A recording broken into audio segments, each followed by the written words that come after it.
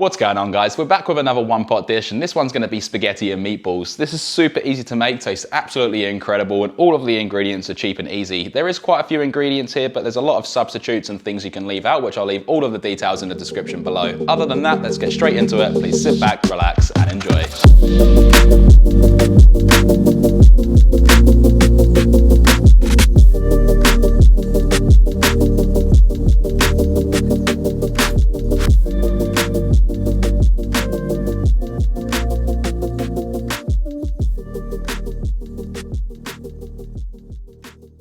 Alright guys, let's start with the prep for this one, and for that we're going to need to peel and remove the tip end from one large brown or yellow onion, slice it in half through the root to hold it together, then make thin slices stopping just before the root, rotate it 90 degrees to then slice it through the center to break up the formation, and dice this into nice small pieces, saving all of the scraps for stock.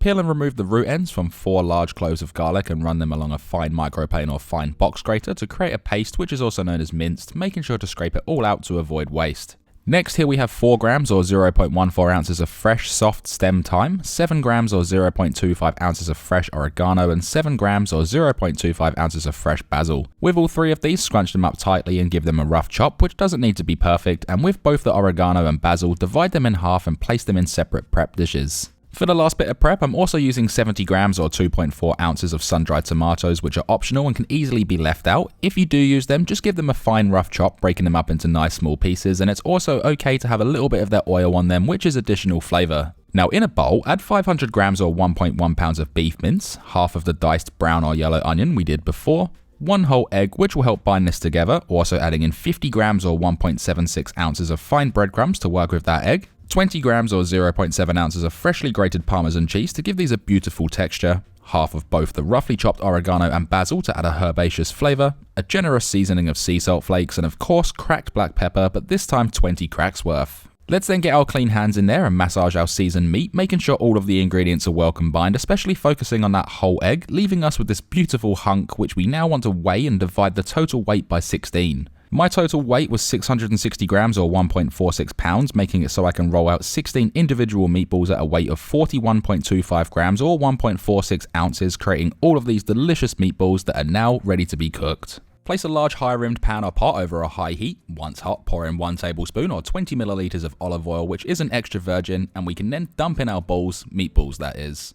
Let's then spread these out so they don't stick to each other and sear for 1.5 to 2 minutes on each side, or until we have a beautiful nice golden crust all over. Once achieved, turn the heat to medium and add in the remaining diced brown or yellow onion along with the 4 cloves of garlic paste, and gently mix this through and saute for 2 minutes, mixing it regularly, but please do be gentle as meatballs are fragile. Add in 50 grams or 1.76 ounces of concentrated tomato puree, mixing it through and cooking for 1 minute, which will start to release its oils, adding fantastic overall flavour. Next, add in 1.5 cans, which is 600 grams or 1.3 pounds of diced tomatoes to create our sauce, also adding in the fine roughly chopped sun-dried tomatoes to create a really nice tomato infusion, the remaining roughly chopped oregano, the remaining roughly chopped basil, the whole lot of roughly chopped thyme, 625 milliliters or 2.5 cups of chicken or beef stock, with myself using chicken, a generous pinch of sea salt flakes, and another 20 cracks of black pepper. Let's now give this a really good mix around to allow those flavours to become friends, being gentle of course because of our fragile meatballs, and bring this to a boil. Once boiling, add in 400 grams or 14.1 ounces of the pasta of your choice, with myself using number 5 spaghetti, spread it out and let it sit for 30 seconds before gently giving it a nudge into the sauce. This can then be turned down to a low heat and cook 1 minute less than what it says on your packet instructions, placing a lid over the top. After 8 minutes, which is 1 minute less than my spaghetti takes, carefully remove the lid, and as you can see the pasta is soft but not al dente where we want it to be. This can then be moved around gently to get the pasta more soaked in that delicious sauce, and the best way to do this is move it around with a spatula or a wooden spoon.